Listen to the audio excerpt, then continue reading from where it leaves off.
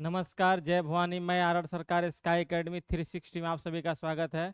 जैसा कि आप लोग देख रहे हैं, यहाँ पर जो है बिहार एसएससी के लिए सेट शुरू हुआ है और उसका पूरी तरह से फुल डिस्कशन आपको मिलेगा और अच्छी तरह से डिस्कशन मिलेगा, ताकि जो है आपका परीक्षा की जो तैयारी है वह अच्छे से हो सके। ठीक है, तो अभी हम लोग जो है दो सेट का एग्जाम हो चुका है, दो सेट जो है चल चुका है। तो दोनों सेट का जो है आज अभी प्रथम सेट जो है सेट नंबर 1 उसका डिस्कशन करेंगे। तो आइए देखते हैं क्वेश्चन से, ठीक है, कि कौन कौन सा क्वेश्चन है, उसका क्या आंसर होगा, कैसे क्या होगा। ठीक है,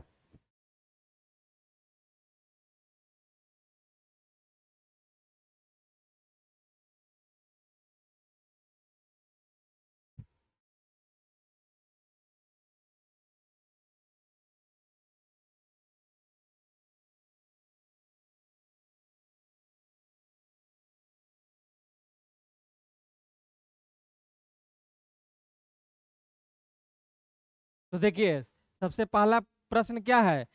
पहला प्रश्न है, एक व्यक्ति जो संसद के दोनों सदनों का सदस्य नहीं है उसे मंत्री परिषद के सदस्य के रूप में क्या है, उसे मंत्री परिषद के सदस्य के रूप में नियुक्त किया जा सकता है, किंतु उसे दोनों सदनों में किसी एक का सदस्य होना होगा। यानी कि यहाँ पे प्रश्न क्या पूछ रहा है, प्रश्न पूछ रहा है कि एक व्यक्ति है जो संसद के दोनों में से किसी भी सदन का सदस्य नहीं है, तो और वह अगर मान लीजिए कि वह सदन मंत्री परिषद में, जो सदन के अंदर जो मंत्री परिषद होगा उस मंत्री परिषद में वह नियुक्त होता है। ठीक है, तब क्योंकि उस वह उसे कितने दिनों के अंदर जो है सदस्यता ग्रहण कर लेनी पड़ेगी, क्योंकि किसी भी मंत्रिपरिषद का जो सदस्य है उस सदस्य को जो है सदस्यता ग्रहण करना होगा, तभी वह मंत्रिपरिषद का सदस्य रह सकता है। लोकसभा या राज्यसभा, संसद की अगर बात की जाए तो लोकसभा या राज्यसभा, और विधानसभा की अगर बात की जाए तो विधान परिषद और या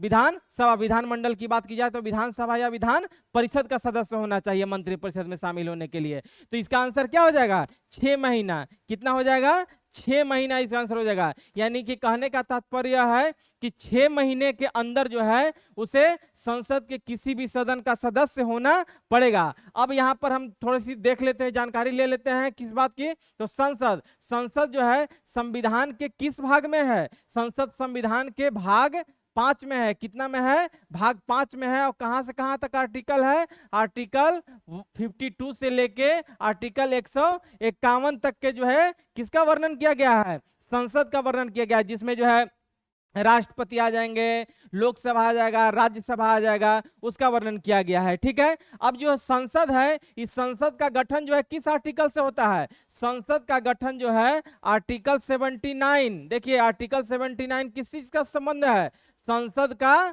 गठन से संबंधित है। संसद का जो गठन होता है, संसद का गठन जो है किस आर्टिकल से होता है, 79 से। 80, आर्टिकल 80, देखिए आर्टिकल 80, आर्टिकल 80 जो है, अनुच्छेद 80 जो है राज्यसभा है। क्या है, राज्यसभा। संसद के दो सदन है ना, कौन कौन, लोकसभा और राज्यसभा। ठीक है, आर्टिकल 81 है, आर्टिकल 81 यह क्या है, लोकसभा है। क्या है, लोकसभा है। आर्टिकल 79 क्या हो गया, संसद। Article 80 Rajya Sabha, article 81 Lok Sabha. ठीक है, उसके बाद संसद की जो अवधि होती है, ठीक है, वह कितने दिनों की, तो उसका आर्टिकल है 83। क्या, आर्टिकल 83 क्या हो जाएगा, अवधि हो जाएगा, संसद की अवधि। जैसे सामान्यतः कितने दिन के लिए होता है, 5 वर्ष के लिए होता है। ठीक है, उसके बाद जो संसद के जो सदस्य होते हैं उनकी योग्यता की बात की जाए तो वह 84 होगा। 84 क्या है, योग्यता। ये सब याद रखना है, ठीक है, परीक्षा में कोई भी प्रश्न आ सकता है। ठीक है, उसके बाद 85, इसी तरह से हम बताते जाएंगे प्रत्येक, आगे जैसे जैसे कुछ प्रश्न आएगा उस तरह से बताते जाएंगे। 85, 85 क्या है, संसद का जो सत्र होता है उसका अवसान होता है, विघटन होता है। ठीक है, जैसे संसद सत्र की शुरुआत होती है ना, तो संसद सत्र को शुरू करना, संसद सत्र को समाप्त करना, ये सब किस आर्टिकल में है, आर्टिकल 85 में है। तो यहाँ पे हम लोग जो है किन बातों को देखें, यहाँ पर हम लोग जो है देखें कि एक व्यक्ति, प्रश्न था क्या कि एक व्यक्ति संसद के दोनों में से किसी भी सदन का सदस्य नहीं है, तब उसे कितने दिनों के अंदर संसद की सदस्यता ले लेनी अनिवार्य है, नहीं तो फिर उसका मंत्रिपरिषद, मंत्री पद जो है क्या हो जाएगा, समाप्त हो जाएगा। तो किसका आंसर क्या हो जाएगा, 6 माह हो जाएगा। ठीक है, और संसद का भाग हमने बताया संविधान के किस भाग में है, 5 में है, 52 से लेके 151 तक। उसका जो संसद होता है उस संसद का गठन 79 से होता है। आर्टिकल 80 अनुच्छेद 80 जो है राज्यसभा का से संबंधित है। आर्टिकल 81 जो है लोकसभा से। 82 उतना ज्यादा इंपॉर्टेंट नहीं है। 83 जो है संसद की अवधि है। 84 जो है संसद सदस्यों की योग्यता है, ठीक है। और 85 जो है सत्र अवसान या ये है, ठीक है। तो अब नेक्स्ट प्रश्न देखें।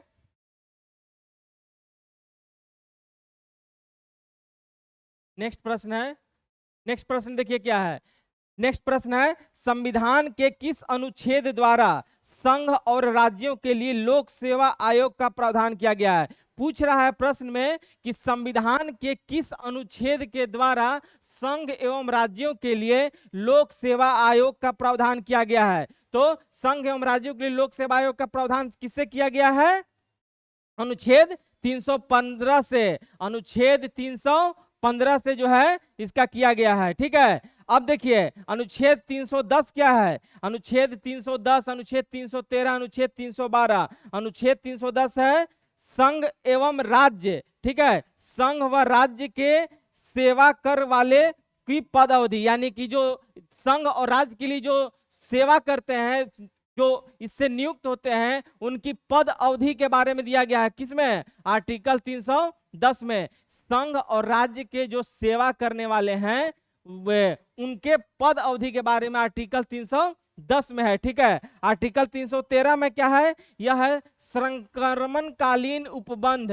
संक्रमण कालीन उपबंध। संक्रमणकालीन उपबंध कहने का तात्पर्य क्या है, संक्रमणकालीन उपबंध कहने का तात्पर्य है कि जब भारत का संविधान लागू हुआ तो संविधान लागू होने से पहले जो प्रावधान थे वह जो है लागू रहेंगे जब तक संसद जो है उसमें कोई बदलाव नहीं कर दे। यही है आर्टिकल 313 में। इसका संबंध संघ और राज्य क्षेत्र के लिए इसमें बात कही गई है, तो आर्टिकल 313 में। और भी बहुत सारा है आर्टिकल जिसमें संक्रमणकालीन उपबंध है, लेकिन यहाँ पर 313 है, तो 313 का संबंध जो है किससे है, संघ एवं राज्य क्षेत्र से। इसके अलावा और कौन सा आर्टिकल है, देखिए आर्टिकल 312। तो आर्टिकल 312 क्या है, अखिल भारतीय सेवा। बहुत एग्जाम में पूछा जाता है, all India service, Akhil Bharatiya सेवा। कौन सा, अखिल भारतीय सेवा, आर्टिकल 312। तो सब क्लियर हो गया। आर्टिकल 310, आर्टिकल 310 क्या हुआ, संघ और राज्य क्षेत्र के जो सेवादार हैं उनके अवधि, पद अवधि का है, पद अवधि, ठीक है। उनका पद अवधि क्या होगा, 313 संक्रमणकालीन उपबंध। 315 जो है क्या है, यही है संघ राज्यों के लिए लोक सेवा आयोग का प्रावधान। यानी अगर ऐसा भी है कि अगर मान लीजिए कि 2 से अधिक राज्य अगर चाहते हैं, जैसे बिहार में राज्य सेवा आयोग कौन है, बीपीएससी है, बिहार पब्लिक सर्विस कमीशन, ठीक है। संघ के लिए union public service commission, UPSC. अगर 2 या 2 से अधिक राज्य अगर एक कहें कि हम लोग दोनों को मिलाकर जो है एक लोक सेवा आयोग का गठन किया जाए तो संसद जो है वह भी कार्य करती है, ठीक है। लेकिन इसके लिए दोनों राज्यों से प्रस्ताव पारित होकर संसद के पास जाना चाहिए, ठीक है। तो यह था क्या, आर्टिकल 312 अखिल भारतीय सेवा, ठीक है। नेक्स्ट प्रश्न देखिए।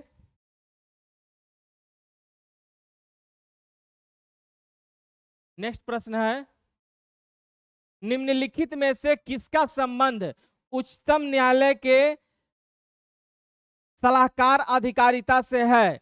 निम्नलिखित में से किसका संबंध उच्चतम न्यायालय के सलाहकार अधिकारिता से है। तो इसका आंसर हो जाएगा उच्चतम न्यायालय के राय मांगने वाले निर्वाचन आयोग। उच्चतम, देखिए यहाँ पे प्रश्न पूछ रहा है कि उच्चतम न्यायालय के जो मुख्य न्यायाधीश होते हैं, उच्चतम न्यायालय के जो न्यायाधीश होते हैं उनसे सलाह लेने का अधिकार किसको है, तो किसको है, सिंपल है, राष्ट्रपति को है, ठीक है। और किस आर्टिकल से, आर्टिकल 100, इसका आंसर सी हो जाएगा, कानून तथा तथ्यों के बारे में राय मांगने वाले भारत के राष्ट्रपति, ठीक है। और ये आर्टिकल कितना हो जाएगा, आर्टिकल 143, 143, ठीक है।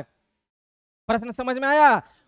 राष्ट्रपति को उच्चतम न्यायालय से परामर्श लेने का अधिकार है, वह आर्टिकल किससे है, 143 से है, ठीक है। लेकिन अगर सिर्फ परामर्श ले सकते हैं, बाध्य नहीं है कि जो परामर्श दिया उसको मानना ही है, ठीक है। अब नेक्स्ट प्रश्न देखिए।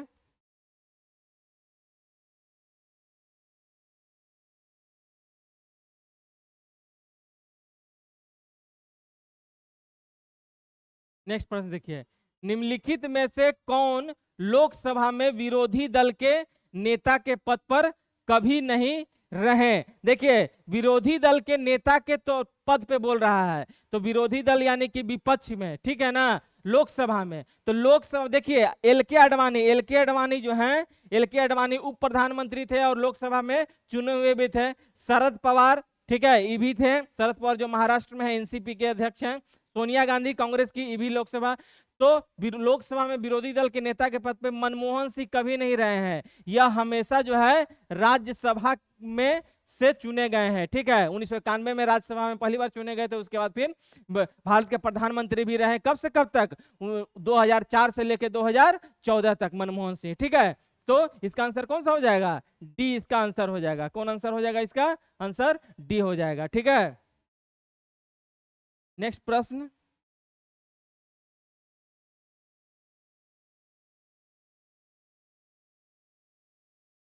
देखिए नेक्स्ट प्रश्न है, शाहजहां की बेटी जहां आरा ने शाहजहानाबाद जो दिल्ली में स्थापित नई राजधानी की कई वास्तुशिल्प परियोजनाओं में भाग लिया था।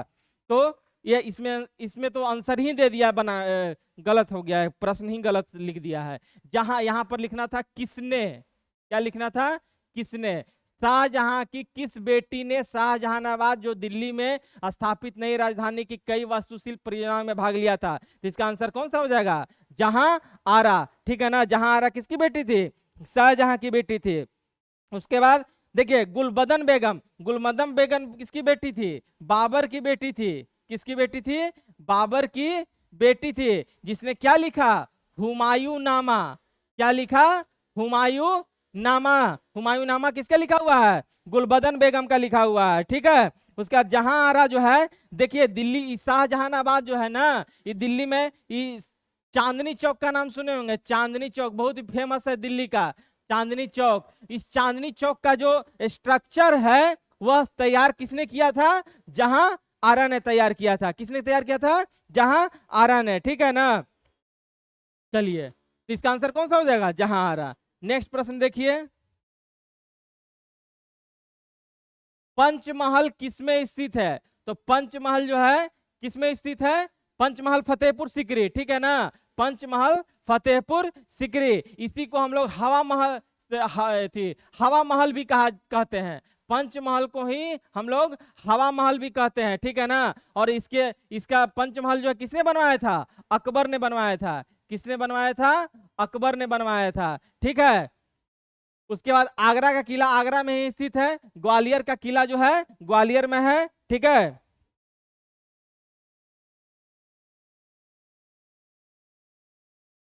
इसके बाद हाँ, यहाँ है ग्वालियर का किला जो है, ग्वालियर मध्य प्रदेश में स्थित है। ग्वालियर की स्थापना जो है मान सिंह एक राजा हुआ करते थे, उन्होंने किया था, ठीक है। नेक्स्ट प्रश्न है,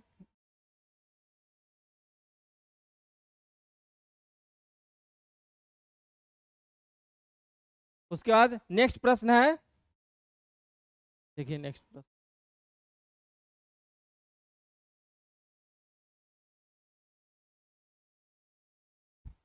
बोधिसत्व की sorry 8 number question, Salim Chishti की दरगाह किसमें स्थित है? सलीम चिश्ती की दरगाह किसमें स्थित है? तो फतेहपुर सिकरी में स्थित है। कहाँ स्थित है?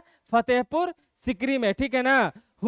उसके अलावा देखिए प्रश्न, देखिए आप लोग, हम देख रहे हैं सलीम चिश्ती के दरगाह किसमें स्थित है? फतेहपुर सिकरी में स्थित है, ठीक है। हुमायूं का मकबरा कहाँ है? दिल्ली में है। उसके बाद ग्वालियर का किला, ग्वालियर की स्थापना किसने किया था? अभी हमने बताया सूरज सेन, पाल वंश के शासक थे, प्रतिहार वंश, सूरज सेन, ग्वालियर की स्थापना, ठीक है। हुमायूं का मकबरा कहाँ बताया हमने? न्यू दिल्ली, ठीक है। फतेहपुर सिकरी उत्तर प्रदेश में है। इस यहाँ पर सलीम चिश्ती की दरगाह है। चिश्ती संप्रदाय है ना, सूफी। सलीम चिश्ती कौन थे? सूफी संत थे, ठीक है। उसके बाद आगरा का किला जो है आगरा में स्थित है, ठीक है। इसको आगरा के किला की स्थापना जो है किसने किया था? अकबर ने किया था। कब किया था? 1565 में किया था, ठीक है। नेक्स्ट प्रश्न है, बोधिसत्व की अवधारणा इसमें किससे संबंधित है? बोधिसत्व की है,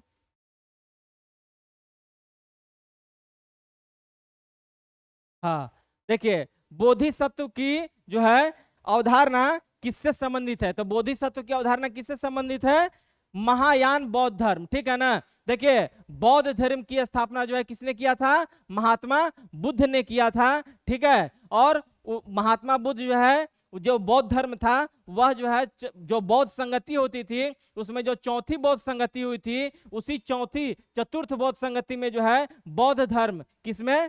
फोर्थ चतुर्थ बौद्ध संगति जो हुई, इसमें बौद्ध धर्म जो है दो भाग में डिवाइड हो गया, एक हीनयान और एक महायान। तो हीनयान कहने का मतलब होता है कि जो बुद्ध का जो ओरिजिनल मार्ग था वह हीनयान हुआ, और जो बुद्ध का जो मार्ग था उसमें थोड़ा बहुत जो चेंज करके आगे बढ़ा वह कौन सा शाखा बन गया? महायान बन गया। यानी हीनयान और महायान, ठीक है, दो भाग में डिवाइड हो गया, ठीक है। किस बौद्ध संगति में? चतुर्थ बौद्ध संगति में, भी आता है परीक्षा में। और चतुर्थ बौद्ध संगति कहाँ हुआ था? कुंडलवन कश्मीर में हुआ था, ठीक है। और इसके उस समय राजा कौन था? कनिष्क था, ठीक है। और इसकी अध्यक्षता किसने की थी? विश्वामित्र ने की थी, ठीक है। तो याद रखिए। नेक्स्ट प्रश्न, भारतीय स्वाधीनता, देखिए नेक्स्ट प्रश्न देखिए, भारतीय स्वाधीनता बिल लंदन में हाउस ऑफ कॉमन्स में पहली बार किस दिन पेश किया गया था? तो यह जो है देखिए, जो स्वतंत्रता का हमारा भारतीय स्वतंत्रता अधिनियम 1947 है, उसके बारे में कहा जा रहा है कि वह पहली बार कब प्रस्तुत किया गया था? तो 4 जुलाई 1947 को प्रस्तुत हुआ था, और 18 जुलाई 1947 को पास हो गया था। क्या हुआ था? 18 जुलाई 1947 को पास हो गया था, 4 जुलाई को। और आजाद कब हो गया था? 15 अगस्त को जो है लागू हो गया था, जिसमें 2 डोमिनियन स्टेट भारत और पाकिस्तान बनाने की बात की गई थी। तो यह इसका आंसर कौन सा हो जाएगा? 4 जुलाई, ठीक है। नेक्स्ट प्रश्न देखिए, अंग्रेजों ने भारत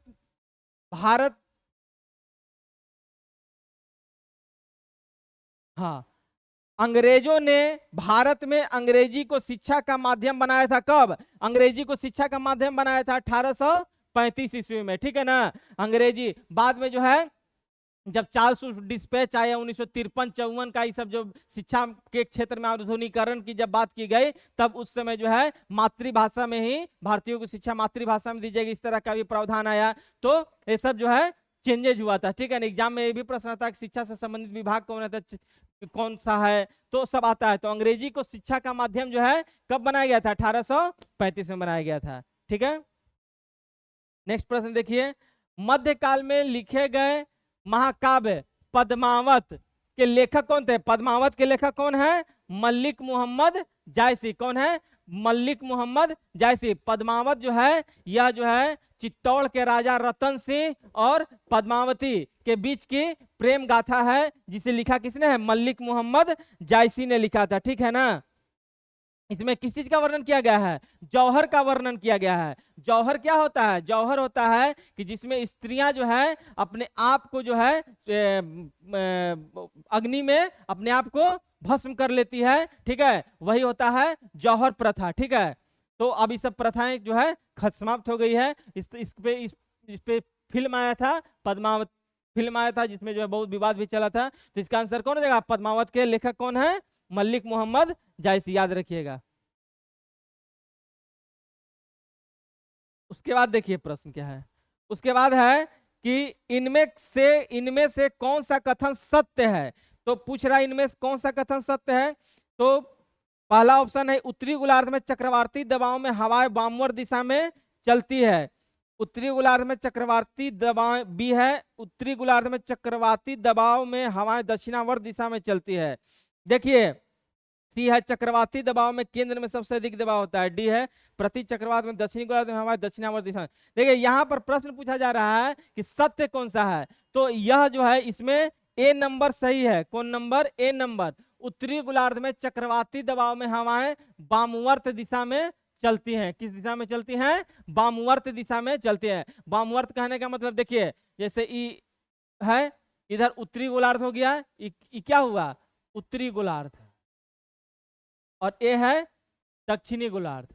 ठीक है, तो चक्रवात, चक्रवात क्या होता है कि उच्च दाब से निम्न दाब की ओर जो है, केंद्र की ओर जो है हवाएं घूमती हैं। ठीक है, किधर घूमती हैं? केंद्र की ओर। तो वही कह रहा है कि उत्तरी गोलार्ध में जो चक्रवाती हवाएं हो जो होती है वह वामवर्त दिशा में क्या होता है? घूमता है, ऐसे ऐसे ऐसे ऐसे केंद्र की ओर। ठीक है, और तो दक्षिणावर्त तो गलत हो जाएगा क्योंकि वामवर्त घूम रहा है, तो दक्षिणावर्त घूमी होगा, नहीं होगा, ये गलत है। उसके बाद चक्रवाती दबाव में केंद्र में सबसे अधिक दबाव होता है? नहीं, केंद्र में सबसे अधिक दबाव नहीं होता है। सभी जगह एक प्रकार की जो चक्रवात जो होता है इसमें एक प्रकार का दबाव होता है, एक समान समदाब रेखाएं होती है। समदाब रेखा किसको बोलते हैं? आइसोबार है ना, समदाब रेखा। ठीक है, कि ये सभी जगह जो है एक समान प्रेशर होता है, तो ये भी गलत हो गया। उसके बाद प्रति चक्रीय दबाव में,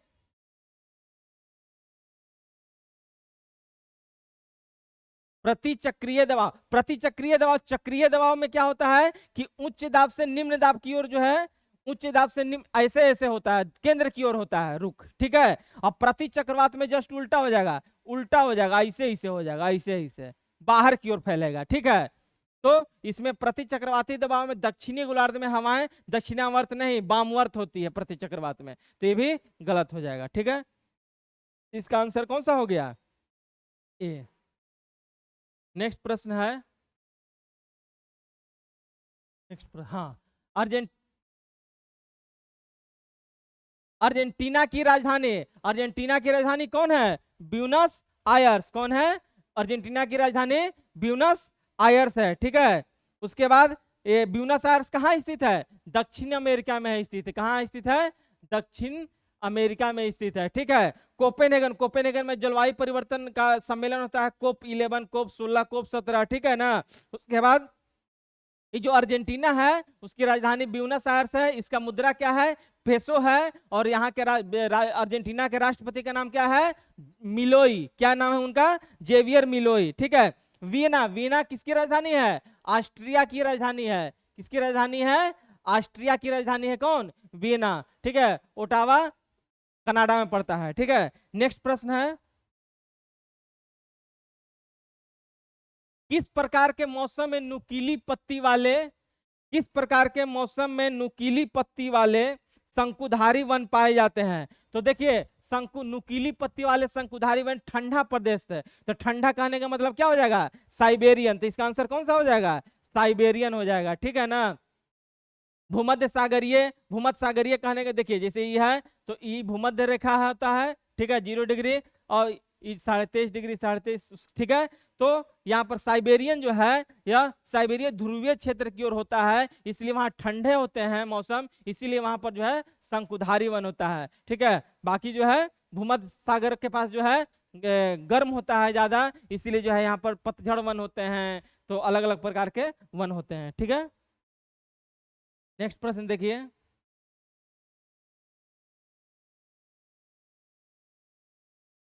पूंजी के नियमित मूल्य क्षय को समायोजित करने के क्रम में किए गए सकल निवेश के मूल्य को क्या कहा जाता है? देखिए, पूंजी के नियमित मूल्य क्षय को समायोजित करने के क्रम में किए गए सकल निवेश को क्या कहते हैं हम लोग?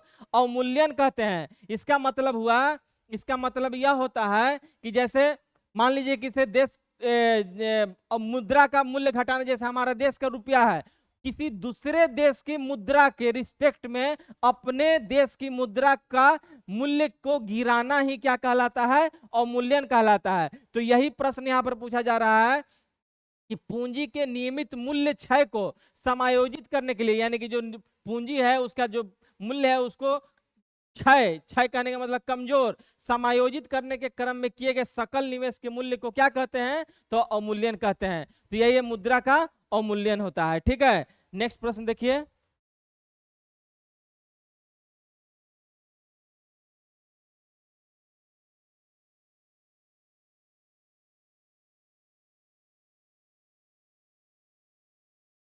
देखिए नेक्स्ट प्रश्न क्या है, यदि एक कारखाने के लिए लाभ अलाभ की मात्रा 2400 यूनिट है, जिनका एक सेल के निर्माण की चर लागत 15 रुपया है एवं बिक्री मूल्य 24 रुपया है, तो कारखाने की निर्धारित लागत ज्ञात करें। तो ये तो बहुत आसान क्वेश्चन है, प्रश्न नहीं, मैथ्स टाइप का प्रश्न है। ठीक है, देखिए लाभ अलाभ की मात्रा 2400 यूनिट है। कितना यूनिट है?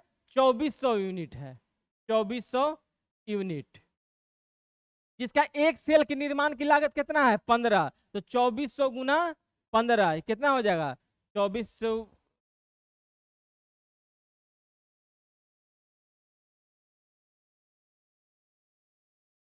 36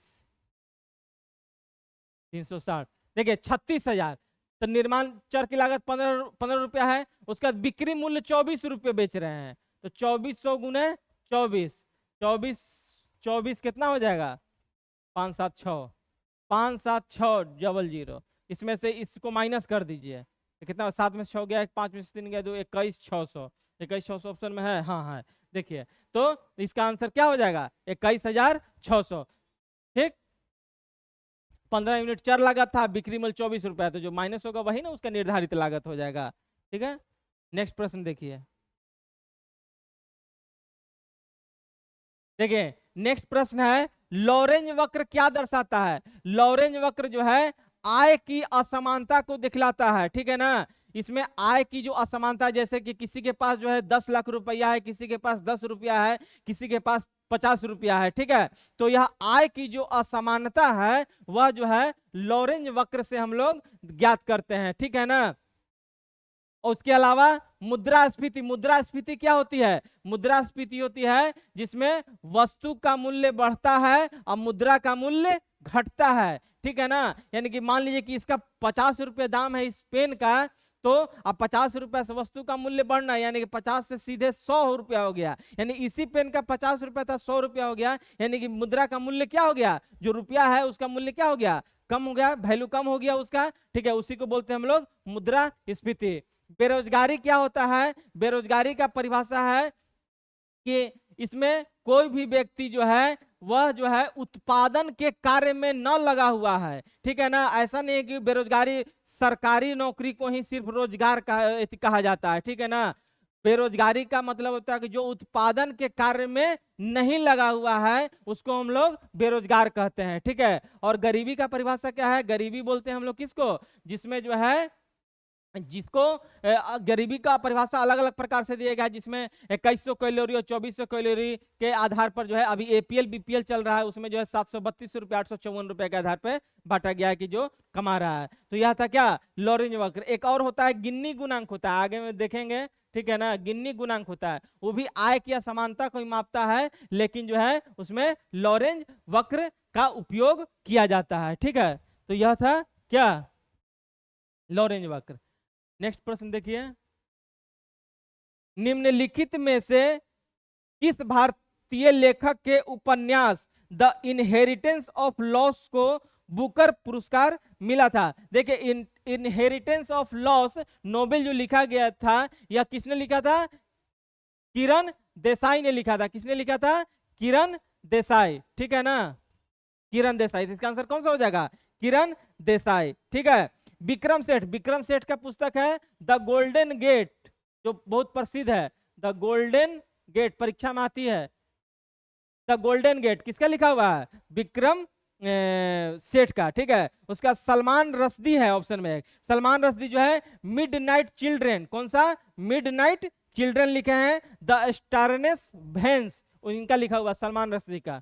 ठीक है, और बाद वीएस नायपाल है, तो वीएस नायपाल का लिखा हुआ है, भारतीय मूल के व्यक्ति हैं। ठीक है ना, इन्होंने भी जो है अलग अलग प्रकार के पुस्तक लिखा था, बुकर पुरस्कार इनको भी मिला था। ठीक है, नेक्स्ट है, नेक्स्ट प्रश्न, प्रधानमंत्री नरेंद्र मोदी ने अपनी यात्रा के दौरान किस कैरेबियाई देश में यूपीआई अपनाने की घोषणा की? तो अभी हाल ही फिलहाल में जो है जुलाई के माह में जो है नरेंद्र मोदी त्रिनाद और टोबैगो गए थे, जहां इन्हें जो है त्रिनाद और टोबैगो में जो है इन्हें वहां के सर्वोच्च सम्मान से इन्हें नवाजा भी गया था। और यह जो है वहीं पर जो है कैरिबियाई देश जो है यूपीआई, जैसे हमारे यहाँ यूनिफाइड पेमेंट इंटरफेस चल रहा है ना, जिसमें जो है हम लोग फोन पे, गूगल पे, अलग अलग जो है पेमेंट ऑप्शन इस्तेमाल करते हैं, उसके द्वारा पेमेंट करते हैं हम लोग। ठीक है, तो त्रिनाद और टोबैगो में जो है अपनाने की घोषणा की है। ठीक है, जमैका, जमैका जो है क्या है? जमैका अफ्रीका का एक देश है। ठीक है। यहाँ के जो प्रमुख हैं उनका नाम है किंग चार्ल्स तृतीय, ठीक है। इसके बाद क्यूबा, क्यूबा की राजधानी कहाँ है? क्यूबा कहाँ है? क्यूबा यूरोप में है, जिसकी राजधानी अजरबैजान है, ठीक है। कौन सा है? अजरबैजान। इसके बाद त्रिनाद एंड टोबैगो, त्रिनाद एंड टोबैगो क्या है? इनका नाम है क्रिस्टीना बेंगल, जो यहाँ के प्रमुख हैं, ठीक है। और बारबाडोस, बारबाडोस की राजधानी कहाँ है? ब्रिज टाउन, जिसके वहां के प्रधानमंत्री का नाम है, बारबाडोस के प्रधानमंत्री का मिया मिटोली, ठीक है। नेक्स्ट प्रश्न है, किस देश ने अफगानिस्तान की तालिबान सरकार को आधिकारिक रूप से मान्यता दी? तो रूस दिया है। अभी हाल ही फिलहाल में रूस जो है अफगानिस्तान को में जो तालिबान की जो सरकार चल रही है वहां उसको आधिकारिक रूप से मान्यता दिया है। रूस की राजधानी कहाँ है? मॉस्को। और यहाँ के राष्ट्रपति का नाम क्या है? Vladimir Putin. चीन की राजधानी बीजिंग है, यहाँ के राष्ट्रपति का नाम क्या है? Xi Jinping. ईरान तेहरान, और पाकिस्तान इस्लामाबाद, ठीक है। और पाकिस्तान शहबाज शरीफ तो जानते ही हैं, ठीक है। नेक्स्ट प्रश्न है, किस भारतीय प्रधानमंत्री ने 30 वर्षों के बाद अफ्रीकी देश घाना की यात्रा की थी? इसका भी आंसर कौन हो जाएगा? यही जुलाई में जो है त्रिनाद टोबैगो गए थे, घाना भी गए थे, तो इसका आंसर भी कौन हो जाएगा?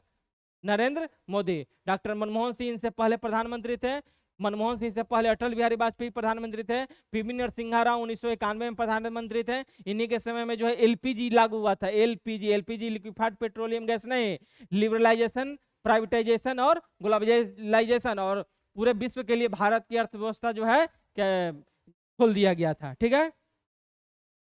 नेक्स्ट प्रश्न है, विश्व बैंक द्वारा जारी गिन्नी इंडेक्स के आधार पर भारत को विश्व में समान समाज के संदर्भ में किस स्थान पर रखा गया है? देखिए भारत को जो है गिन्नी इंडेक्स, अभी हमने गिन्नी गुणांक का नाम लिया था, लॉरेंज वक्र जो आय की विषमता को मापता है, गिन्नी गुणांक भी आय की विषमता को मापता है, लेकिन वह लॉरेंज वक्र का उपयोग करके मापता है, ठीक है।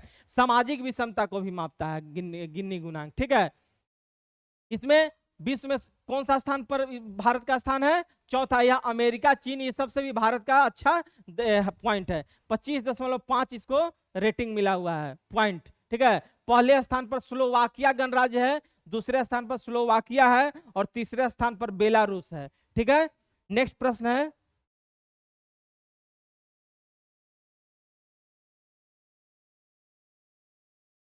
आरबीआई के नए कार्यकारी निदेशक के रूप में,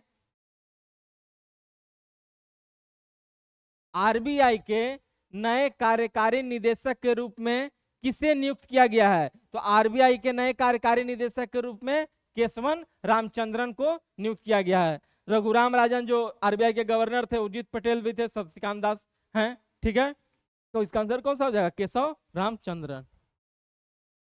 नेक्स्ट है, घरेलू विमानन बाजार के संदर्भ में जून 2025 तक भारत का विश्व में कौन सा स्थान है? देखिए भारत का विश्व में स्थान है घरेलू विमानन बाजार, यानी कि विमानन बाजार कहने का मतलब क्या? एयर एयर वाला, ठीक है, वायुयान जो होता है उसमें। तो भारत का तीसरा स्थान है। पहले स्थान पर यूएसए है, दूसरे स्थान पर चीन है, और तीसरे स्थान पर कौन है? भारत है। तो विमानन बाजार के संबंध में जो है भारत का कौन सा स्थान है? तीसरा स्थान है, याद रखिए। नेक्स्ट है, हाल ही में किस भारतीय अंतरिक्ष, हाल ही में क्या नंबर है? 27।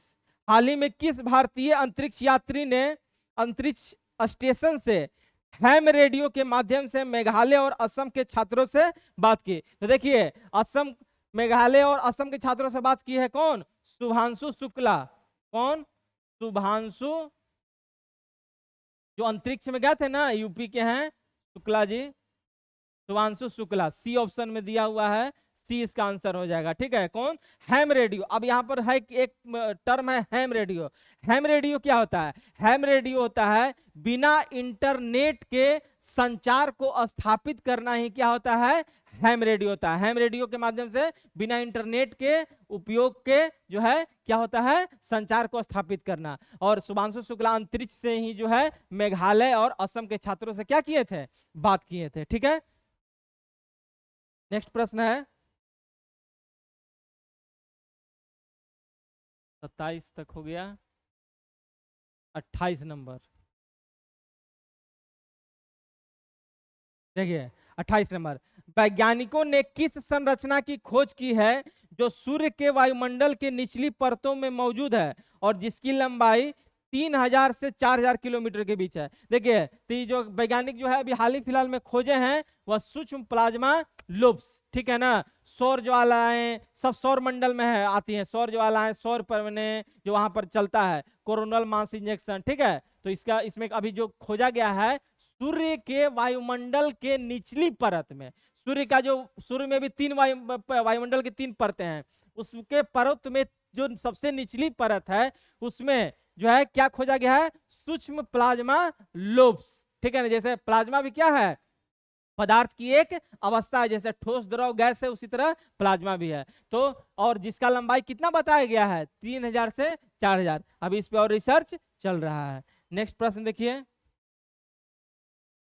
नेक्स्ट है संयुक्त राष्ट्र मरुस्थलीकरण से निपटने का सम्मेलन यूएनसीसीडी द्वारा जारी दुनिया भर में सूखे के हॉट स्पॉट 2023-25 रिपोर्ट के अनुसार सूखे का मुख्य वैश्विक कारण क्या था। तो सूखे का मुख्य वैश्विक कारण क्या था, अल नीनो। देखिए अल नीनो क्या होता है, अल नीनो जो होता है इसे शिशु बच्चा भी कहा जाता है। क्या कहा जाता है, शिशु बच्चा भी कहा जाता है, क्रिसमस का बच्चा भी कहा जाता है। क्यों, क्योंकि अल नीनो जो है यह 25 दिसंबर माह में जो है आती है। किस माह में, दिसंबर माह के समय में जो है इसका इफेक्ट दिखता है। इसमें क्या होता है कि प्रशांत महासागर जो होता है, जैसे देखिए ये है उत्तरी अमेरिका, थोड़ा समझिए, मैप तो नहीं है लेकिन सिंपल सा समझिए, यही बात है। यह है उत्तरी अमेरिका, यह है दक्षिणी अमेरिका, ठीक है। अटलांटिक महासागर, इधर प्रशांत महासागर है, इधर आपका यूरोप है, यहाँ पर इंडिया है, एशिया है इधर, ठीक है। तो इधर फिर प्रशांत महासागर। तो प्रशांत महासागर का जो तली है, सागर की जो तल होते हैं, उस तल के जो जल हैं वह जो है अत्यधिक क्या हो जाते हैं, गर्म हो जाते हैं, जिसके कारण अल नीनो का इफेक्ट आता है। और यही अल नीनो के कारण भारत में क्या होता है, मानसून प्रभावित हो जाता है और फसलें अच्छा नहीं होती है। और जब गर्म अत्यधिक गर्म होता है तो अल नीनो कहा जाता है, और जब अत्यधिक ठंडा हो जाएगा, ठीक है, तो उसको ला नीनो कहते हैं। यानी अल नीनो का उल्टा क्या है, ला नीनो। इसे शिशु का बच्चा, क्रिसमस बच्चा भी कहते हैं। किसको, अल नीनो को। तो अल नीनो समझ गए होंगे। यस, नेक्स्ट प्रश्न है,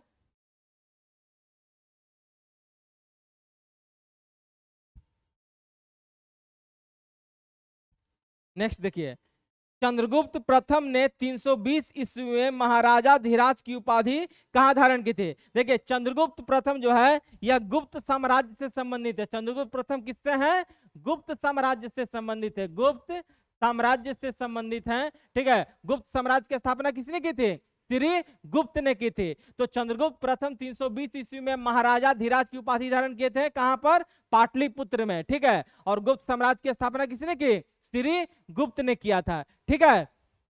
इसके बाद लिच्छवी, लिच्छवी जो है क्या था, 16 महाजनपद जो है उसमें लिच्छवी जिसकी राजधानी वैशाली थी, उज्जैन, ठीक है, मध्य प्रदेश में है, इलाहाबाद यूपी में है, जिसका नाम अब प्रयागराज हो गया है। क्या हो गया, प्रयागराज, ठीक है। नेक्स्ट प्रश्न देखिए, प्रथम प्रथम बौद्ध संगति की अध्यक्षता किसने की। तो प्रथम बौद्ध संगति जो है यह 483 ईसा पूर्व हुआ था। कब हुआ था, 483 ईसा पूर्व हुआ था, जिसकी अध्यक्षता किसने किया था, महाकश्यप। प्रथम बौद्ध संगति, 4 बौद्ध संगति है ना, प्रथम बौद्ध संगति जिसका अध्यक्षता महाकश्यप ने किया था। उस समय का शासक कौन था, अजात शत्रु। कौन था, अजात शत्रु, ठीक है। उसके बाद द्वितीय जो हुआ उसका अध्यक्षता किसने किया, सवा कमीर ने। और इस समय शासक कौन थे, काला शोक। कौन थे, काला शोक। और ये वसुमित्र चतुर्थ बौद्ध संगति में थे, ठीक है। चतुर्थ बौद्ध संगति में वसुमित्र जो कनिष्क के समय में हुआ था, कश्मीर के कुंडल वन में हुआ था, ठीक है। नेक्स्ट प्रश्न देखिए,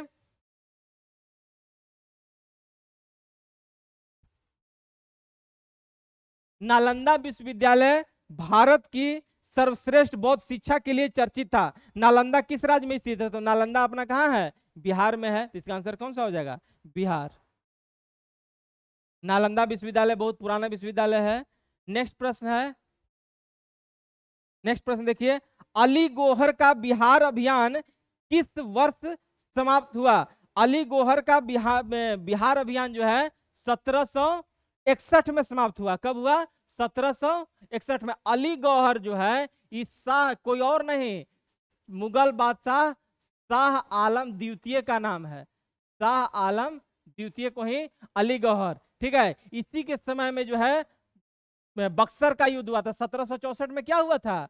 बक्सर का युद्ध हुआ था। क्या हुआ था? बक्सर का। 1757 में पलासी का युद्ध हुआ था। कौन सा? पलासी, ठीक। और शाह आलम द्वितीय 1760 में बना था मुगल बादशाह, ठीक है। तो शाह आलम तो वही है। अलग जो बिहार में अभियान चला रहा था, उस अभियान की समाप्ति कब हो गया? 1761 ईस्वी में, ठीक है। नेक्स्ट प्रश्न है, बिहार में अग्निसह मिट्टी खनिज कहाँ पाया जाता है? तो अग्निसह मिट्टी खनिज जो है भागलपुर में पाया जाता है। अग्निसह मिट्टी कहने का मतलब होता है कि जिसका में तापमान बहुत ज्यादा होता है, जिसमें एल्युमिनियम और मैग्नीशियम की प्रचुरता होती है। किसकी? अग्निसह मिट्टी में एल्युमिनियम और मैग्नीशियम की प्रचुरता होती है। गया में जो है ना लौह वाला मिट्टी ज्यादा है, ठीक है, लोहे वाला, ठीक है। नेक्स्ट है, नेक्स्ट प्रश्न भी देख लीजिए, यहां पर है। नेक्स्ट प्रश्न है, देखिए नेक्स्ट है, प्रसिद्ध दीदारगंज यक्षी की प्रतिमा का संबंध किस बिहार के किस संग्रहालय से है? तो देखिए दीदारगंज कहाँ है? पटना। तो इसका आंसर कौन सा हो जाएगा? पटना। देखिए सी इसका आंसर हो जाएगा, पटना। दीदारगंज यक्षी, यक्षी कहने का मतलब क्या हुआ कि स्त्री की प्रतिमा, ठीक है ना। यक्षी कहने का मतलब स्त्री। तो दीदारगंज में जो यक्षी है जो गंगा के किनारे से मिला था, उसका वह जो है कहाँ रखा हुआ है? पटना संग्रहालय में, ठीक है। नेक्स्ट प्रश्न देखिए 36 नंबर, बिहार के किस हवाई अड्डे का प्रयोग नेपाल जाने के लिए किया जाता है? तो रक्सौल। रक्सौल जो है बिहार में मोतिहारी से आगे रक्सौल से जो है नेपाल के लिए हवाई अड्डा चलता है। नेक्स्ट प्रश्न है, पटना से प्रकाशित होने वाला अंग्रेजी अखबार कौन सा था? देखिए पटना से प्रकाशित होने वाला अंग्रेजी अखबार द बिहार हेराल्ड था, ठीक है ना। ये इसकी भाषा कौन सी थी? अंग्रेजी थी, ठीक है ना। द बिहार हेराल्ड, इसका जो संपादक थे वह कौन थे? गुरु प्रसाद सेन। कौन थे? गुरु प्रसाद सेन, ठीक है। द इंडियन नेशन एक ऑप्शन में है। द इंडियन नेशन जो है कामेश्वर सिंह प्रकाशित करते थे, ये भी बिहारी से होता था, कामेश्वर सिंह, ठीक है। नेक्स्ट है सी है द मिरर। द मिरर तो इंडिया से नहीं होता था, इसका प्रकाशन जो है लंदन से होता था, ठीक है। और हिंदू पेट्रियाट, हिंदू पेट्रियाट बहुत बार एग्जाम में पूछा हुआ है, बंगाल से हरिश्चंद्र मुखर्जी। कौन? हरिश्चंद्र मुखर्जी इसका करते थे, हरिश्चंद्र मुखर्जी, ठीक है।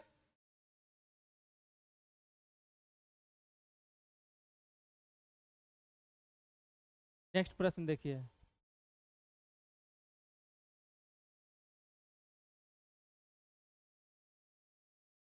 नेक्स्ट प्रश्न है, बिहार के किस जिले में गंगा नदी पर विक्रमशिला सेतु का निर्माण किया गया है? भागलपुर। विक्रमशिला सेतु का निर्माण कहा? गंगा नदी पर विक्रमशिला सेतु का निर्माण किसने किया? भागलपुर, ठीक है ना।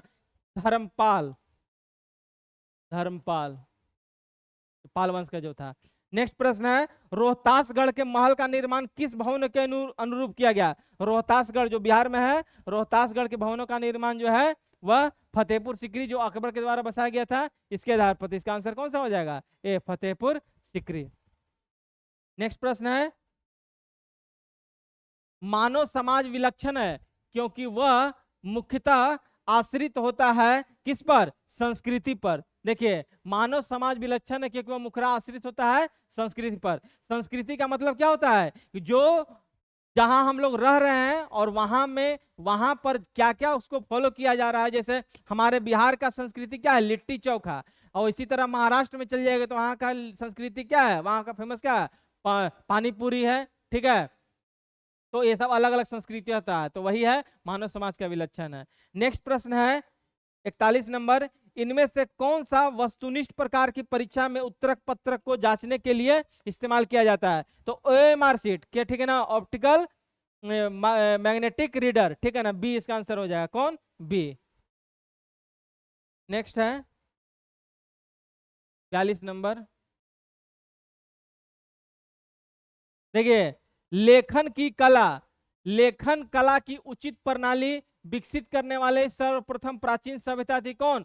सुमेरियन की सभ्यता, ठीक है ना। जिस समय सुमेरिया की सभ्यता थी, सुमेरिया जो इराक है ना, वही है सुमेर, ठीक है। दजला फरात नदी के किनारे यह सभ्यता विकसित हुआ था। कौन सा? दजला फरात नदी के किनारे सुमेरिया की सभ्यता इराक में है, ठीक है। तो लेखन कला की जो सभ्यता जो है वह सुमेरिय लोग विकसित किए थे। सिंधु जो सिंधु सभ्यता है, यह सिंधु सभ्यता जो है किस नदी की सिंधु सभ्यता? रावी नदी के किनारे। किसकी खोज किसने की था? दयाराम साहनी 1921 में, ठीक है। तो यहाँ पर इसमें चित्रात्मक जो है यहाँ पर चित्रात्मक चित्रात्मक लिपि, ठीक है। उसी तरह मिस्र नहीं है, मिस्र है, मिस्र की सभ्यता किस नदी के किनारे है? नील नदी के किनारे, ठीक है। चीन की सभ्यता यांगोन नदी के किनारे। तो ये सब अलग अलग हैं। नेक्स्ट है 43 नंबर, निम्नलिखित में से किस वैज्ञानिक को माइक्रोचिप की खोज के लिए नोबेल पुरस्कार दिया गया? नोबेल पुरस्कार माइक्रोसॉफ्ट की खोज के लिए जैक किल्वी को दिया गया, इंटीग्रेटेड सर्किट आईसी के खोज के लिए, ठीक है।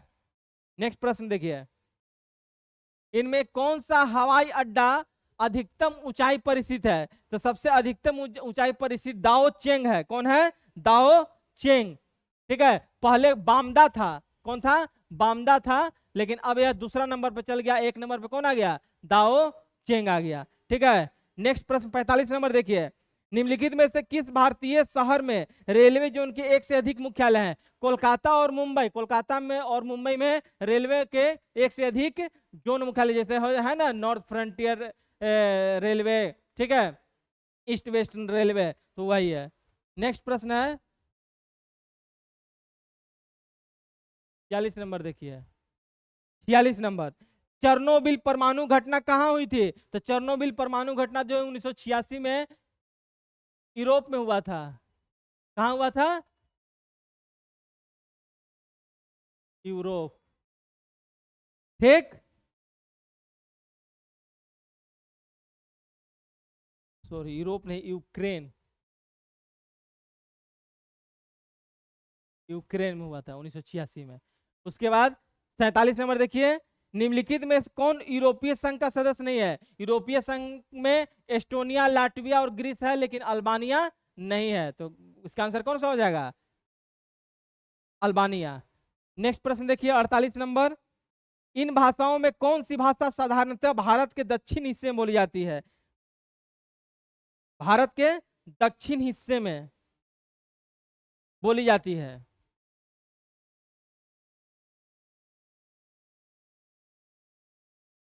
मैथिली, ठीक है। देखिए, तेलुगु तमिलनाडु में बोला जाता है, कोंकणी गोवा में बोला जाता है, मलयालम केरल में बोला जाता है, मैथिली बिहार में बोला जाता है।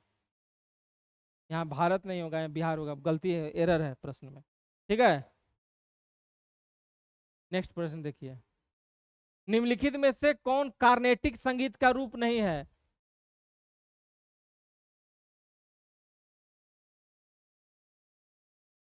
कार्नेटिक संगीत का स्वरूप नहीं है, कौन? टप्पा, ठीक है। कौन सा? टप्पा।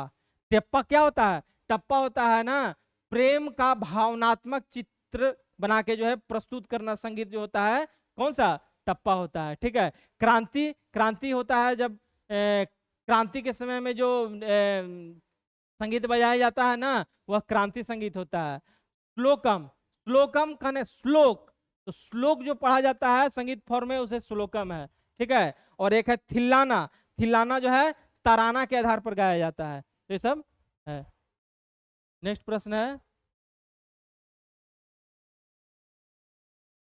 50 नंबर देखिए, संयुक्त राष्ट्र का गठन मानव जाति को स्वर्ग में ले जाने के लिए नहीं, बल्कि मानवता को नर्क से बचाने के लिए किया गया था। यह किसका कथन है? संयुक्त राष्ट्र का गठन मानव जाति को स्वर्ग में ले जाने के लिए नहीं, बल्कि मानवता को नर्क से बचाने के लिए किया गया था, यह कथन है टैग हैमर स्कॉल्ड का। ठीक है। संयुक्त राष्ट्र का गठन, संयुक्त राष्ट्र का भी कौन है वर्तमान में अध्यक्ष? Antonio Guterres. ठीक है। नेक्स्ट प्रश्न है 51 नंबर, ध्वनि तरंग से कौन सा शब्द जुड़ा हुआ है? ध्वनि तरंग से कौन सा शब्द जुड़ा हुआ नहीं है पूछ रहा है। तो नहीं जुटा हुआ, देखिए हर्ट्ज आवृत्ति होता है ना, आवृत्ति को मापते हैं हम लोग हर्ट्ज में। ठीक है। डेसिबल ध्वनि की तीव्रता को मापते हैं, किसको मापते हैं? तीव्रता को मापते हैं। कैंडेला ज्योति तीव्रता को मापते हैं। तो इसका आंसर कौन सा हो जाएगा? नहीं है, तो कैंडेला। अब मैक जो है वायुयान की गति हम लोग किसमें मापते हैं? मैक से मापते हैं। ठीक है। नेक्स्ट प्रश्न है 52 नंबर, यदि संवेग और वेग दिया हुआ है तो द्रव्यमान ज्ञात करने के लिए देखिए P बराबर mv होता है। फॉर्मूला क्या होता है? P बराबर mv। m हो गया मास, v हो गया वेलोसिटी, p हो गया संवेग। तो क्या ज्ञात करना था? m। तो m बराबर p बटा v। तो इसका आंसर कौन सा हो जाएगा? b। नेक्स्ट प्रश्न 53 है, एक ग्रह पर गुरुत्वाकर्षण के कारण त्वरण क्या होता है? देखिए एक ग्रह पर गुरुत्वाकर्षण के कारण ग्रह की सतह में ऊंचाई में जैसे जैसे कोई भी ग्रह है उस ग्रह के सतह से जैसे जैसे ऊपर जाएगा आदमी, गुरुत्वाकर्षण, जैसे पृथ्वी पर अभी गुरुत्वाकर्षण के कारण हम लोग स्थिर हैं, चल रहे हैं, फिर रहे हैं। अगर जैसे जैसे हम लोग ऊपर जाते हैं गुरुत्वाकर्षण क्या होता है? कमते चल जाता है। तो इसका आंसर कौन सा हो जाएगा? डी हो जाएगा। ठीक है। नेक्स्ट प्रश्न है 56 नंबर 54 नंबर, पार्सेक इकाई है। देखिए दूरी की सबसे बड़ी इकाई कौन है मापने की? पार्सेक है। ठीक है। नेक्स्ट प्रश्न है 55, भाप से अधिक जलता है अपेक्षाकृत उबलते जल से, क्यों? क्योंकि भाप में क्या होती है? गुप्त उष्मा होती है। भाप में क्या होती है? गुप्त उष्मा। गुप्त उष्मा क्या होता है? ऐसी उष्मा जो अवस्था परिवर्तन के समय भी उसमें किसी प्रकार का चेंजिंग नहीं होता है। ठीक है। तो जब चेंजिंग नहीं हुआ तो उसमें जो है क्या होगा? वो जो एक तो गर्म हो रहा है, ऊपर से जो गर्म था तो डबल गर्म हो गया ना, इसीलिए भाप में कि गुप्त उष्मा क्या होती है? अधिक होती है। ठीक है। नेक्स्ट प्रश्न है, जंगरोधी इस्पात निम्नलिखित में से कौन सा तत्व उपस्थित नहीं है? उसमें लोहा होता है, क्रोमियम, निकल होता है, लेकिन टंगस्टन नहीं होता है। टंगस्टन बल्ब के फिलामेंट में इस्तेमाल किया जाता है। नेक्स्ट है, सीमेंट का रासायनिक संयोजन क्या है? सीमेंट का रासायनिक संयोजन क्या है? चूना पत्थर, मिट्टी और जिप्सम मिलाकर जो है क्या बनाया जाता है? सीमेंट बनाया जाता है। चूना पत्थर का सूत्र क्या होता है? चूना पत्थर का भी सब परीक्षा में पूछता है, CaCO3। जिप्सम का क्या होता है? CaSO4 into 2H2O। ठीक है। ये सब याद रखिए। नेक्स्ट प्रश्न है, इलेक्ट्रॉन खाली स्थान गति में केंद्र के चारों ओर घूमता है। देखिए इलेक्ट्रॉन जो है कक्षीय, देखिए जैसे मान लीजिए कोई एटम है, इसमें केंद्रक है, केंद्रक में क्या होता है? प्रोटॉन प्लस न्यूट्रॉन होता है, और इलेक्ट्रॉन इसके चारों बगल क्या होते हैं? रहते हैं। ठीक है। तो यह कक्षीय के केंद्र के मतलब सेंटर के चारों ओर क्या होते रहता है? घूमता है। इसका आंसर कौन सा हो जाएगा? सी। नेक्स्ट प्रश्न है, स्टाइरीन का सूत्र है, स्टाइरीन को जो है, स्टाइरीन का सूत्र है हाँ C6H5CH double bond CH2। Styrene जो है, स्टाइरीन को ही हम लोग कहते हैं इथेनाइल बेंजीन। इथेनाइल बेंजीन, इसका जो स्ट्रक्चर होता है वह बेंजीन की तरह होता है। बेंजीन ऐसे होता है ना, ऐसे बेंजीन। ठीक है। बेंजीन की तरह ही होता है स्टाइरीन, इसीलिए इसको हम लोग क्या कहते हैं? इथेनाइल बेंजीन, जिसका इस्तेमाल पॉलिस्टर बनाने में किया जाता है। ठीक है। नेक्स्ट प्रश्न 60 प्रश्न देखिए 60 नंबर, निम्नलिखित ट्रायड में कौन सा एक डोबरेनर ट्रायड का प्रतिनिधित्व करता है? ठीक है। डोबरेनर ट्रायड का प्रतिनिधित्व करता है, तो इसका आंसर हो जाएगा लिथियम, सोडियम, पोटेशियम। देखिए डोबरेनर ट्रायड क्या होता है कि वैसा तत्व जिनके गुण जो है, वैसा 3 तत्व जिनके गुण जो है आपस में समान होता है, वही होता है ट्रायड। ठीक है ना। और उसके ट्रायड के बारे में किसने बताया? डोबरेनर ने बताया था। ठीक है। जिसमें क्या कहा जाता है कि जो बीच वाला जो होता है ट्राइड में, इसका जो परमाणु द्रव्यमान होगा वह उसके बगल वाले के औसत का औसत होगा। ठीक है, यानी लिथियम और पोटेशियम के औसत जो का जो परमाणु द्रव्यमान होगा वही सोडियम का परमाणु द्रव्यमान होगा। ठीक है, यही ट्राइड था। नेक्स्ट है, निम्न में से स्नेहक पदार्थ के रूप में प्रयोग होता है। ग्रेफाइट जो है स्नेहक पदार्थ के रूप में प्रयोग होता है। ठोस ठोस स्नेहक इसको कहते हैं। स्नेहक कहने का मतलब क्या, जो घर्षण को कम करता है। ठीक है, तो ठोस स्नेहक है ग्रेफाइट। ठीक है, क्वार्ट्ज का इस्तेमाल जो है सिलिकॉन में चिप्स में किया जाता है। नेक्स्ट प्रश्न है, निम्नलिखित कथनों पर विचार कीजिए और कूट से सही उत्तर दीजिए। कैल्शियम सल्फेट की उपस्थिति जल को कठोर बना देती है एवं यह उपयोग योग्य नहीं रहता है।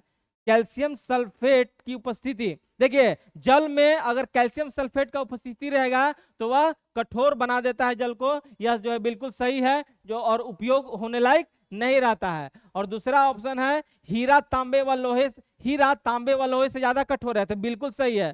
ठीक है, तीसरा है, ये भी सही है, ये भी सही है। वायु का मुख्य घटक ऑक्सीजन है, गलत, नाइट्रोजन है। नाइट्रोजन वनस्पति घी के निर्माण में प्रयुक्त होती है, नहीं, हाइड्रोकार्बन। ठीक है, तो 3 और 4 दोनों गलत हो गया, तो इसका आंसर कौन सा हो जाएगा, 1 व 2, यानी ए नंबर इसका आंसर हो जाएगा। ठीक है, नेक्स्ट प्रश्न, पराग कण किसमें पाए जाते हैं। पराग कण किसमें पाए जाते हैं, तो पराग कोष में पाए जाते हैं। किसमें, पराग कोष में। पराग कोष जो होता है यह जो है नर भाग होता है, और वर्तिकाग्र जो होता है वह मादा भाग होता है, ये मादा भाग होता है। और जो जैसे मधुमक्खी है वह जो है क्या करता है कि एक से दूसरे में जब जाता है, नर से मादा में, तो वही जो है फिर जो है पुष्प बनता है, फिर फल बनता है। वही परागकण किसमें पाया जाता है, पराग कोष में, नर में। ठीक है, नेक्स्ट प्रश्न है, कैनिस वल्पिस, हाँ, कैनिस वल्पिस किसका वैज्ञानिक नाम है, तो कैनिस वल्पिस वैज्ञानिक नाम है लोमड़ी का। ठीक है, कुत्ता का कैनिस लूपस, कुत्ता का है lupus, lupus, canis lupus, canis lupus कुत्ता का। भेड़िया का भी कैनिस लूपस। ठीक है, लकड़बग्घा का, लकड़बग्घा का क्या नाम है, लकड़बग्घा का हाई एनिमाइड, हाई एनिमाइड है इसका वैज्ञानिक नाम। ठीक है, तो याद कर लीजिए, लोमड़ी का कैनिस वल्पिस और कैनिस लूपस कुत्ता और भेड़िया का, लकड़बग्घा का हाई एनिमाइड। नेक्स्ट प्रश्न है 65 नंबर, मानव प्रजनन प्रणाली का कौन सा हिस्सा मां के रक्त से भ्रूण को पोषण, देखिए भ्रूण में अगर कोई बच्चा पल रहा है गर्भ में, तो वह जो है गर्भनाल से जो है उसको मदद मिलता है। ठीक है, इसी से उसको ऑक्सीजन भोजन प्राप्त होता है। नेक्स्ट प्रश्न है, माइक्रोबायोलॉजी का जनक किसे कहा जाता है। उन्हें बैक्टीरिया की खोज के लिए भी जाना जाता है, तो बैक्टीरिया की खोज किसने किया था, लुएन हॉक, तो लुएन हॉक इसका आंसर हो जाएगा। जोनास साल्क को क्या किए थे, पोलियो, पोलियो का। ठीक है, उसके बाद मेंडलीफ, मेंडलीफ का क्या है, आवर्त सारणी है, आवर्त सारणी। और जोसेफ प्रिस्टले, जोसेफ प्रिस्टले जो है किसके खोज किए थे, ऑक्सीजन का खोज किए थे। ठीक है, नेक्स्ट प्रश्न है, ग्लूकोज का, ग्लूकोजन का एक शाखा युक्त पॉलीसेकेराइड्स है जो जानवरों और कौकों में ऊर्जा भंडार के रूप में कार्य करता है, ग्लाइकोजन। ठीक है, स्टार्च है सब। काइटिन, कवक की कोशिका भित्ति किसकी बनी होती है, काइटिन की। ठीक है, सेलुलोज सबसे मीठा होता है। नेक्स्ट है 68,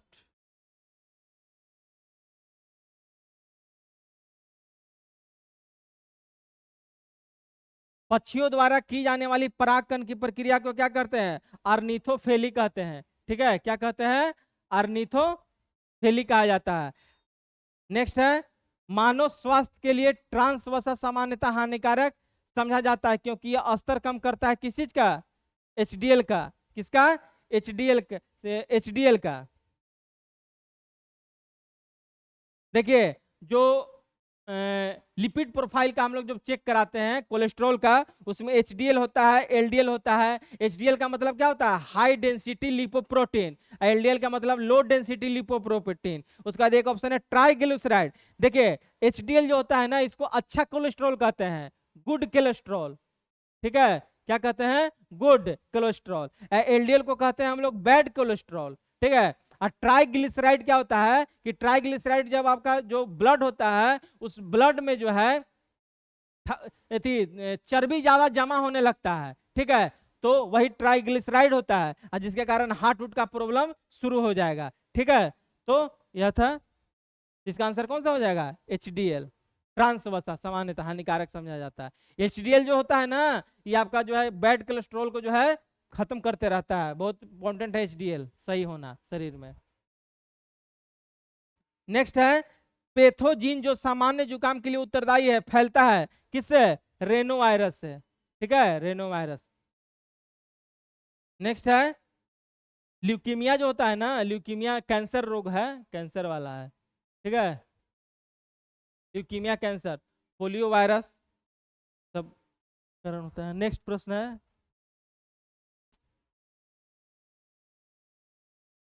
पेट अथवा शरीर के अन्य आंतरिक अंगों के अन्वेषण के लिए प्रयुक्त तकनीक एंडोस्कोपी आधारित होता है। देखिए एंडोस्कोपी जो आधारित होता है, पेट में जो है, पेट में जो समस्या होती है उसको, मान लीजिए किसी का दर्द हो है या कुछ भी है, तो जब नहीं ठीक होता है तो डॉक्टर एंडोस्कोपी कराता है।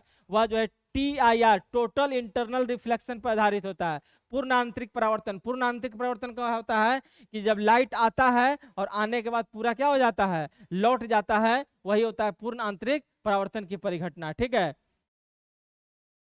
नेक्स्ट है, देखिए व्यतिकरण क्या होता है, यहाँ पर एक है तो ये बताते हैं। व्यतिकरण होता है कि एक लाइट है, ठीक है, लाइट वेव है, और दूसरा लाइट वेव है, ये दोनों लाइट वेव आपस में मिल जाएगा और आगे चलेगा, उसी को व्यतिकरण परिघटना कहते हैं। ठीक है, ध्रुवन में एक जगह मिल जाना होता है लाइट का।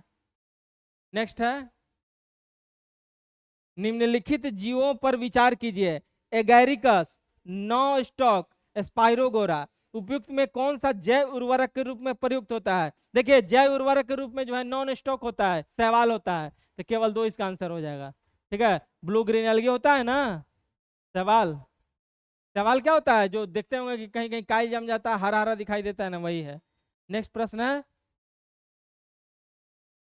डेंगू मच्छर द्वारा संचारित प्रोटोजोआ रोग है। गलत, यह जो है वायरस जनित रोग है, प्रोटोजोआ नहीं, वायरस जनित रोग होता है। सीता इसी गलती हो गया जी। ठीक है, दूसरा है प्रत्येक नेत्र गुहा पीड़ा डेंगू का लक्षण नहीं है। नहीं, प्रत्येक नेत्र गुहा पीड़ा जो है लक्षण है, यानी कि यहाँ नहीं नहीं रहेगा तभी सही होगा। ठीक है, उसके बाद है त्वचा पीतिका, स्किन रैश तथा नाक से रक्तस्राव डेंगू के कुछ लक्षण है। हाँ, डेंगू में ऐसा होता है, तो इसका आंसर कौन सा हो जाएगा? केवल बी।